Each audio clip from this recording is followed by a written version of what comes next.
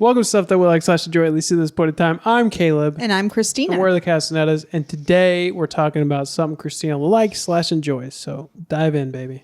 All right. Something I like / enjoy is the topic of who was Harry Houdini? Oh, cool. Very random. Do you know who Harry Houdini was or anything about him? He was an escape artist, right? Mm-hmm.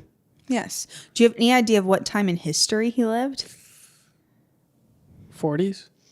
He was born in 1874.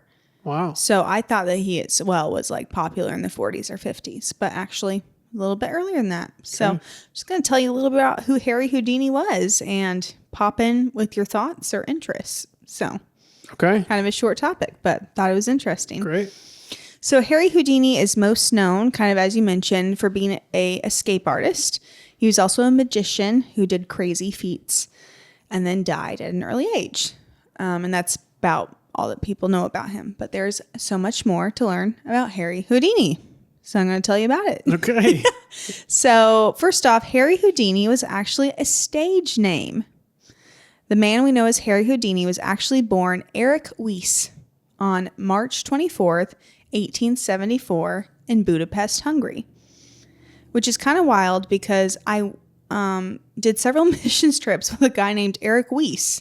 And it's spelled exactly the same. W-I-E-S-E? W-E-I-S-Z. What the? Yeah, I even looked it up. Is it Weiss? Probably Weiss. Okay. Weiss, something like that. But I looked it up. I'm like, surely it's not spelled the same. I'm like, whoa, maybe he's Hungarian. Reborn. Yeah, so he was born Eric Weiss in Hungary. And for the sake of clarity, I'll just refer to him as Harry Houdini for the rest of this article because it's like, I would not who's understand. this Eric guy? Yeah. So he was born into a Jewish family in Hungary, the son of Mayor Samuel Weiss and Cecilia Steiner. In 1878, when he was 4 years old, his family immigrated to the United States, where his father was a rabbi, and they not much is really known about their family other than that they struggled financially, and he had 6 siblings. Okay. So as a child, he showed an early knack for physical feats and competed in swimming and trapeze acts, which is kind of wild. I don't know why I just don't think of there being circuses or trapeze acts Right. 150 years ago, but there was. So this little Jewish boy moves to the U.S. and is in New York doing trapeze acts. By the age of 9, he started performing as a trapeze artist, and his act was billed as Eric, the Prince of the Air. Which usually is like, we think of like in Christianity as like it's a demon. An evil spirit. So, yeah, it's a large evil spirit. He also worked odd jobs like selling newspapers and shining shoes to help support his family. His interest in magic tricks sparked after seeing a performance by Dr. Lin, who was a traveling magician, and he began practicing card tricks and small illusions. In 1894, at the age of 20, Harry married Wilhelmina Beatrice Bess Rainier. And she went by Bess, which I think is probably better than Wilhelmina. And their partnership became a central part of his life and career. Bess performed alongside Houdini early on as parts of his act. So she'd be kind of the stagehand. And they never had any children. Harry's career really started taking off in the 1890s when he was in his late 20s, as he transitioned from small-time circus acts and dime museum shows to becoming a world-renowned escape artist. So he really honed in on the escape artist part, which is, as you mentioned, what he's kind of known for. And at that time, he adopted the stage name Harry Houdini, which was inspired by a French magician who was named Jean Houdin. He initially performed with his brother Theo as the Brothers Houdini. That's the name of their act. That's cool. Where he developed a repertoire of daring escapes. And his big break came in 1899 at the age of 25 when he met his manager, Martin Beck, who booked him for vaudeville circuits. So he kind of got on just, I don't know, the performing arts circuits. I couldn't really find much more about what vaudeville circuits were. I think they're kind of a circus acts kind of a thing. Is it vaudeville? Yeah. Vaudeville. Okay. Vaudeville. Oh, there's no A in there. Vaudeville. Yeah. His signature acts included escaping from handcuffs, straitjackets, locked boxes, and water-filled tanks, often performed in full view of audiences to prove that there was no trickery involved. His milk can escape and the Chinese water torture cell act became his most iconic acts. Whoa. Want to hear about him? Sure. Yeah. Well, first off, the whole, like, he would escape from straitjackets or like be hung upside down and stuff. And I remember like playing with my friends, Libby and Abby and my brother Josh, and we would like tie each other up and be like, we're going to be like Harry Houdini and escape from a straitjacket. Really? But I never wanted to be tied up. Like, we would tie up like It's your Libby and nightmare. Josh, but I was like, no, I will be the one who ties you up, but you cannot put me in a straitjacket. That sounds terrifying. Like I did it once or twice and got very claustrophobic. So the milk can escape involved Houdini being locked inside a large steel milk can used by dairy farmers. It was about 3.5 feet tall. And the can was filled with water, leaving minimal airspace, and then sealed with a lid that was secured by multiple padlocks, like 6 or more. This setup was designed to create intense suspense as the audience knew Houdini had to escape before running out of this very small amount of air. And he was known to have a good control of his breath. He could hold his breath for like 3 minutes. So that helped. But to heighten the drama, the can was then placed inside like a wooden crate, and that crate was then locked, and then there was a curtain drawn across the stage to conceal the escape process. Although Houdini let like the audience members come up to inspect everything beforehand to prove that it was real. But people kind of hypothesized that there was just like the locks were like had an easy button you could hit, and like the steel can had a little lever that would pop the lid off. Thus, the why it was always behind a curtain. And then the Chinese water torture cell act was very similar, except for that he was placed in a glass-filled tank of water, and then his legs were shackled to the floor of the tank, and then the entire tank was flipped upside down. And he would escape while hanging upside down in water. That's cool. But that also was then pulled behind a curtain. So, man, Harry, who knows? I don't know about you anymore, Mr. Wise. He also starred in silent films, wrote books on how to do magic acts, and he was really big at challenging spiritualists, like fraudulent people who like told fortunes or were mediums, to expose their scams with his knowledge of illusion. So like he knew how you could kind of trick somebody's perception. Therefore, he was kind of on a mission to expose people who could act like they were talking to somebody's dead loved one. Yeah. So he was very skeptical of spiritualism, which was very popular, I guess, in the early 1900s.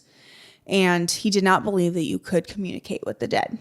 So he would attend seances undercover to debunk mediums. And he was driven by a desire to protect grieving people from being defrauded and continuing going back to these mediums so they could talk to their dead father or wife. He famously offered a $10,000 reward for any medium who could prove they had actual supernatural abilities, and nobody could ever do it. Wow. Yeah. His fame continued to extend globally, so he kind of became a worldwide name, performing for royalty across the world in massive crowds, and over time he earned the title of the world's greatest escape artist, which is why we know about him, I guess, 150 years later. And now to his death. So Harry enjoyed a longer career than I realized before he died. I thought he died at a rather young age, and he died at 52, which is still young, but I thought he was in his 20s or something. On October 31st, Halloween night, 1936, in Detroit, Michigan. And the official cause of his death was, do you know what it was? No. A ruptured appendix. He used to let people punch him in the stomach, didn't he? Exactly. So they're pretty sure that this is what happened. It's not 100% verified because it happened 100 years ago. But a widely circulated story claims that a week prior to his death, Houdini, who is known for boasting in his ability to withstand punches to the stomach, was punched multiple times by a local university student named J. Gordon Whitehead, while Harry was in his dressing room preparing for a show on October 22nd. So he got punched multiple times. So I'm like, that probably did not help the issue. Yeah. The punches allegedly caused or exasperated existing issues to his appendix, though medical historians debate whether like the punches led directly to the rupture. Like that's not fully how appendixes rupture. Usually you have an infection. But he continued his performance that night despite being in severe pain. and delayed medical treatment until his appendix had fully ruptured, unfortunately. Oof. He collapsed on stage during his act and died days later in the hospital with his wife, Bess, by his side. Bess Weiss. Bess Weiss. And that is the story of who was Harry Houdini. Love it. Thank you. Good job. Thank you. Any thoughts? No, it's pretty late, so we got to keep moving. Okay, sounds good. We're going to move on to our next section, which is Forbidden Books of the Bible. Ooh. We're doing the Enoch episodes, returning after a hiatus because we've been traveling. Yes, and been way too busy to deep dive into all this. Yes, but we've deep dove into chapters 49 through 57. Yes. So we're going to tackle those real quick. So 49, this chapter describes how the elect one, I was going to do a little recap of where we left off just because It's been 3 weeks. So here's a little brief recap. So we're currently in the second part of the Book of Enoch, which is the Book of Parables. And this is the second parable. So kind of the second vision Enoch had that he described here. And we're halfway through the parable starting in chapter 49. In chapters 45 to 48, Enoch was explaining a vision where he saw someone who he calls the Son of Man. And the Son of Man is described as a messianic type figure who will be worshipped, and that he was named or begotten by the Lord of Spirits. And in this prophecy, it says that he will rule over all the nations of the world, bring judgment on the wicked, justice for the righteous, and be worshipped and praised by all mankind. So now we can kind of jump right back into chapter 49. There we go. So chapter 49, this chapter describes how the elect one, quote, standeth before the Lord of Spirits, and his glory is forever and ever, and his might is unto all generations. It goes on to praise both the Lord and, quote, the elect one, which we can assume is Jesus. Yeah, so it's kind of like the Son of Man, the elect one, is definitely a messianic figure.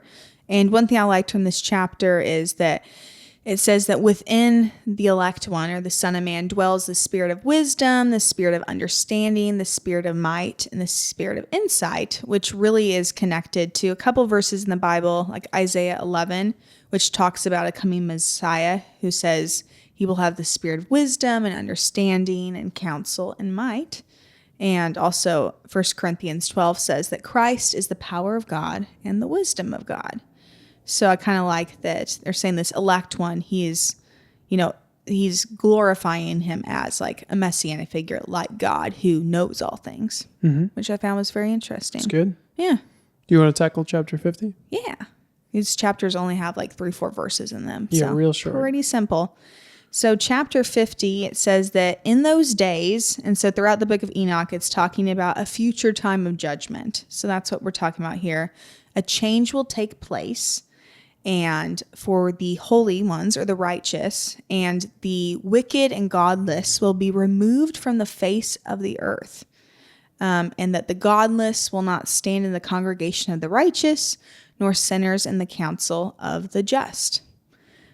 Which is pretty much a direct reference to Psalms 1, which is the first chapter in Psalms, which says the godless will not stand in the judgment, nor sinners in the congregation of the righteous. So I thought that was kind of cool. So they're looking towards a future day when wickedness will be removed from the earth. Mm-hmm. And then the chapter finishes by saying, the judgment on the unrepentant will be without mercy, and the unrepentant will perish before him. So kind of a downer note. Yes. But but he's really big on like the big difference. Like you are only either righteous or wicked. Yes. There's no in between. There's no middle ground there. Yeah. The next chapter, 51, details how in those days the earth shall be given back. The earth shall give back that which it has been entrusted to it, and Sheol also shall give back that which it has received, and hell shall give back that which it owes. It says that the elect one shall in those days sit on my throne. So this is the Lord talking at this point. And his mouth shall pour forth all the secrets of wisdom and counsel. For the Lord of spirits hath given them to him and hath glorified him. You must have like a King James version of this. It also says at the end that the mountains will leap like rams, and the hills also shall skip like lambs satisfied with milk. I thought the lamb satisfied with milk was probably the most interesting part of the chapter, so I wanted to get to that. What were you saying? It just completely flew by me. The King James thing? Yeah. I'm reading the same book you're reading. So. Oh, that's funny. Yeah. Okay, maybe I pulled up, because mine doesn't have hath. It has the online version doesn't have that. Yeah, okay. They might just made it a little bit more reader friendly. Yeah. So what do you think it means when the earth will give back, and Sheol will give back, and hell will give back what it's received? I think since we're talking about the day of judgment, it means that they're going to be judged. It's giving back everything so that it can be judged before God. Yeah. So I think it's like the dead will come to be judged, like everybody will be judged. Because in verse 2 it says that the elect one will choose the righteous and the holy from among those that the earth gives back, and they will be saved, and the others will enter into judgment. Yeah. Yeah, but what did you mentioned you liked the hills will... It was just weird at the end. It says the mountains will leap like rams, and the hills shall skip like lambs satisfied with milk. Yeah. Interestingly enough, because I'm like, I feel like I've read this before, and it's actually in Psalms 114, which is talking about Israel being freed from captivity, which is kind of hearkening back to the dead being freed from Sheol and hell to, be with the Lord. And it says the mountains leap like rams and the hills like lambs. There you go. Yeah. Connecting it right back. Kind of cool. Another short chapter. Chapter 52, I wanted to mention this one first because I think it's interesting how it starts. Enoch sees a mountain of iron, a mountain of copper, a mountain of silver, and a mountain of gold, and a mountain of soft metal, and a mountain of lead. Yeah, you kept thinking those were going to end. You're like, I did. And? Yeah, it's later in the chapter, it's revealed that to Enoch that the mountains of metal that he saw will melt like wax in the presence of the Lord, which is a verse in Psalms, and they shall become powerless before his feet. It says, there shall be no iron for war, nor shall one clothe oneself with a breastplate. Bronze shall be of no service, and tin shall be of no service, and shall not be esteemed, and lead shall not be desired.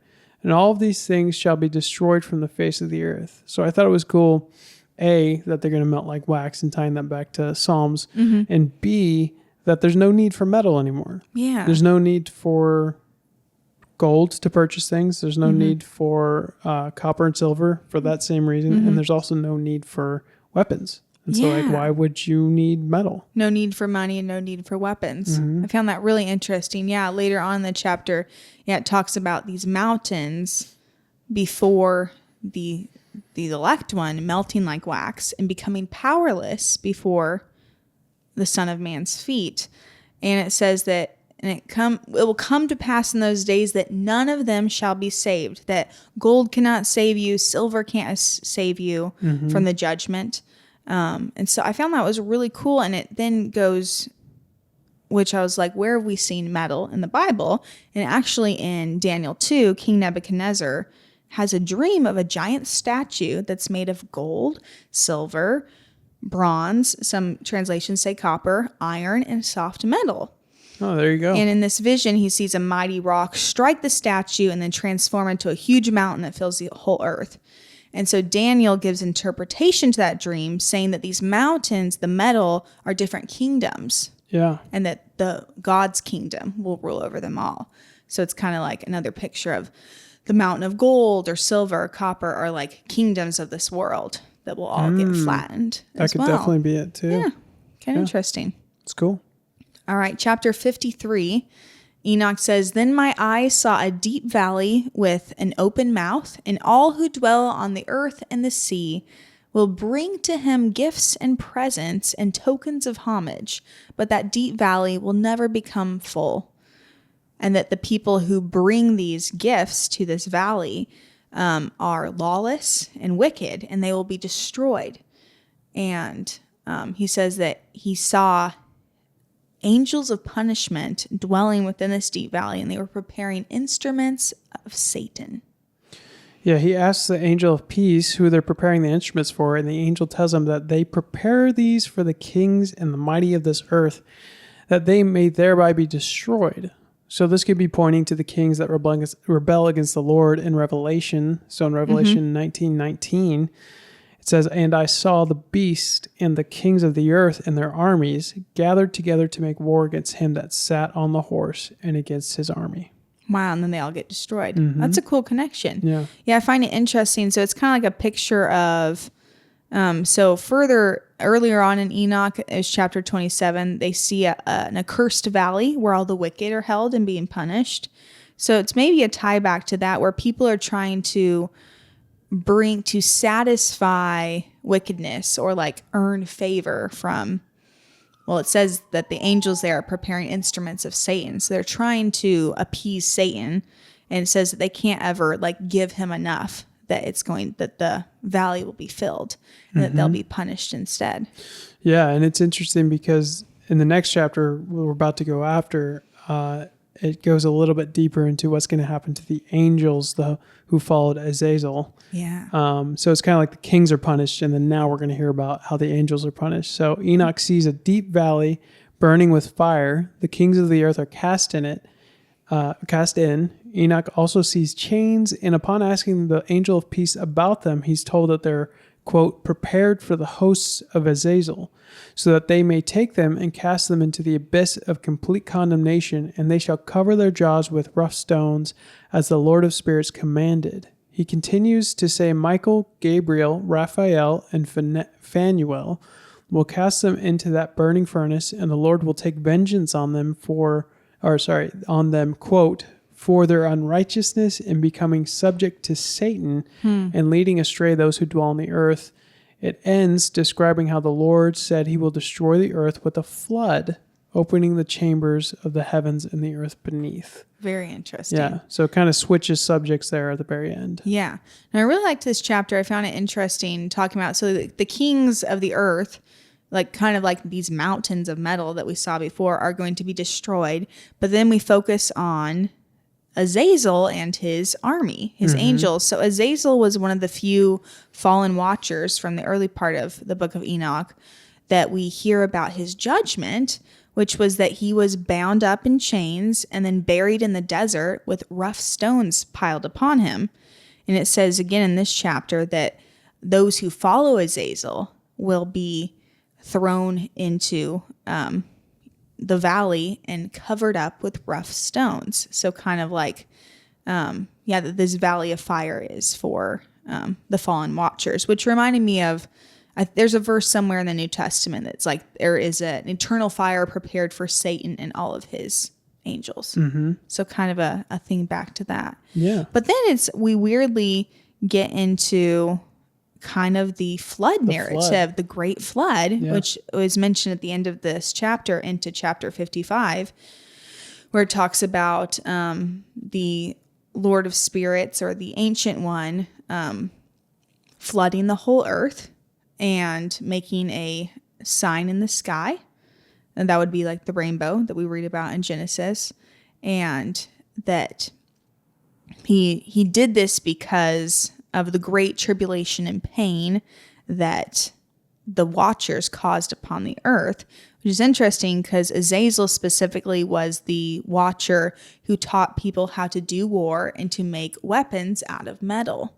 So kind of this tie back to that, but it's kind of a reiteration of the flood narrative. And I don't know if he's kind of recounting it from the past, I think is what he's like, this is kind of why it happened. Yeah. Or if it's in the future. Could be. It has yet to happen. Right. So chapter 56, after he says all that about how the Lord pledges to never destroy the earth again after the flood, it says that the hosts of the angels of punishment go and hold, quote, scourges and chains of iron and bronze for the elect and beloved ones, that they may be cast into the chasm of the abyss of the valley, which... chasm of the abyss of the valley. It's like, how much deeper can you get? Real deep. Yeah. It goes on to say that then the valley shall be filled with their elect and beloved. I think I wrote that wrong. Okay. Elect and beloved. Elect and beloved, and the days of their lives shall be at an end, and the days of their leading astray shall not thenceforward be reckoned. Yeah, so this I had to really dig into what this chapter meant. So we're kind of jumping, so like ignore the whole flood narrative. That was kind of popped in there randomly. But we go back to these angels of punishment that we had seen preparing, they said weapons of Satan for this valley. And they were scourges and chains of iron. So I looked up what scourges were, and they were whips made of chains, pretty much. Yeah, That's cool. And so the angel said to Enoch, and he explained to him that these chains are made for their elect and beloved ones, speaking of the fallen watchers. So who are the beloved ones of the fallen watchers? They're their children, which were The Nephilim. the Nephilim. So there's finally going to be a judgment upon the Nephilim, because earlier on it had talked about, remember, like these are demonic spirits because they don't have bodies, so they can't be buried in the earth and die, but they can't be in heaven. So it says that they will finally be, that the valley will be filled with, pretty much the children of the fallen watchers, and that the days of their lives will come to an end. Yeah, that's interesting. And they can't lead people astray anymore. Yeah, their destruction shall be at an end, and Sheol shall devour the sinners in the presence of the elect. Yeah. That's how the chapter ends. Yeah. And then chapter 57 is rather strange to me. It says that Enoch sees a host of wagons and men riding them coming on the winds from the east and from the west to the south. And the holy ones of heaven noticed the wagons because of the noise coming from them. Then the, quote, pillars of the earth were moved from their place, and the sound thereof was heard from one end of heaven to the other in one day. And they shall fall, it says they shall fall down and worship the Lord of spirits. And this is the end of the second parable. It literally says That's what they say. This is the end. This is the end. Yeah, so I find it interesting. So I think it's all connected to what's gone on earlier in the parable, which is that wickedness will come to an end, that God will judge the wicked. He's going to judge the fallen angels. He's going to judge the children of the fallen angels. He's going to judge those who rage against him. And so all of that culminates in the last chapter, like, hey, they all get sealed up in Sheol and hell forever. And so I'm imagining this then, like the host of wagons coming from the north and the east and the west being the righteous ones, like those who are not wicked, the only people left on the earth coming to worship the Lord is kind of how I interpreted it. But it definitely could be. I just love how it's like all about judgment, judgment, judgment, valleys, abysses. Here's like 2 verses on people coming to worship the Lord, and the end. Yeah, that's it. Yeah. What was your takeaway from My this takeaway parable? is that it's a very strange parable. Yeah. It has some biblical linking, but other than that, it's just it's rather confusing Yeah. more than anything. Like the higher concept parables that they're trying to get across are lost. And I think that Jesus did a good job of saying the parable and then explaining it to the disciples later. Yes. Whereas Enoch seemed to have done none of that. Yeah. He's like, the end. Yeah. I mean, he asks the angels sometimes and they explain it. Yeah. But other than that, not really. Yeah. No, my big takeaway from this parable is that there is an elect one, a son of man, who is all that is righteous, and he has the authority to judge all that is wicked.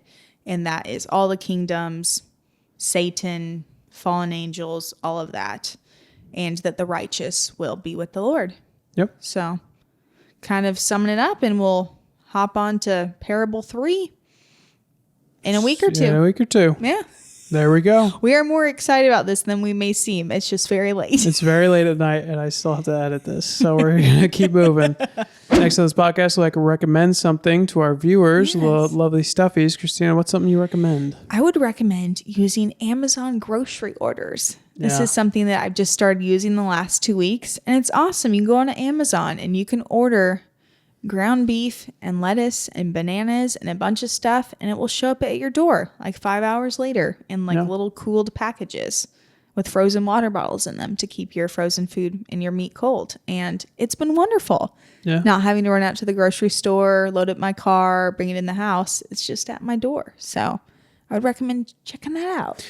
Which is cool because you have to take into account, it's going to be a little bit extra for ground beef or chicken. You know, the proteins are a little bit more expensive, but what's your time worth?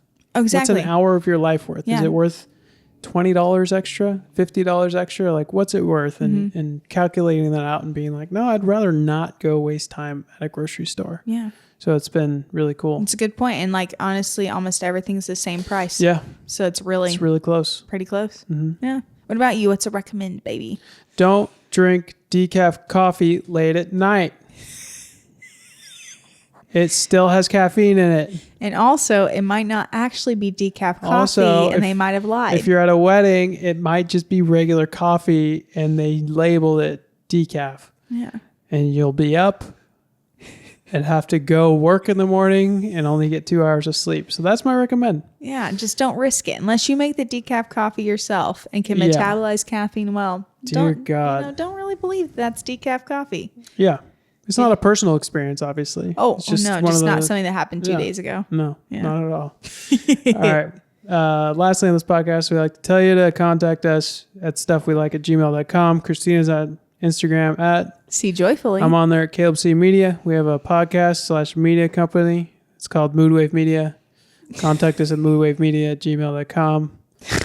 And we'll see you guys next time. All right. Thank you all for joining us on Stuff That We Like / Enjoy. And we'll see you next time. Bye. Bye.